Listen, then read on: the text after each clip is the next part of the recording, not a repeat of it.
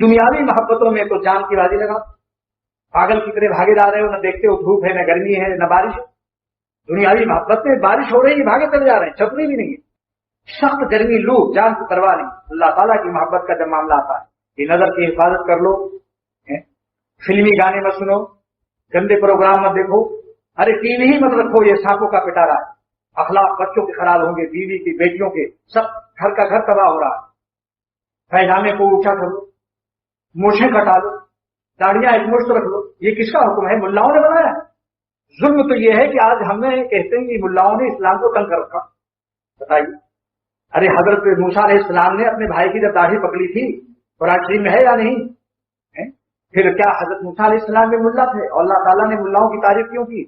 वाकया क्यों बयान किया कि कहीं दाढ़ी का पता न चल जाए दुनिया वालों को कि हजरत मूसा अलैहिस्सलाम ने अपने भाई की दाढ़ी पकड़ी, तो कहीं दाढ़ी का तस्करा क्यों आया कुरान में?